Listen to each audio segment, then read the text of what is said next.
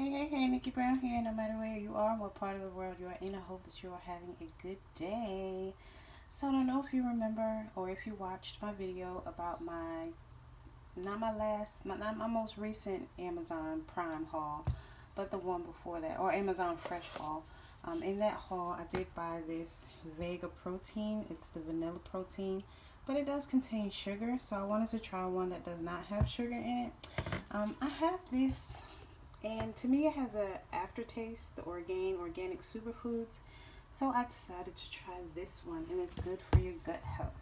It is cocoa cinnamon banana, and there is zero sugar added, and it has probiotics in it, so it's good for your gut, right?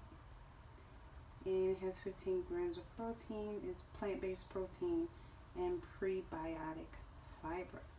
So I decided to go ahead and give that a try. Amazon Fresh did not have it, so I just ordered it from regular Amazon, and those are the ingredients. I'm not going to read them right now, but I hope that this was helpful. Love y'all. Later.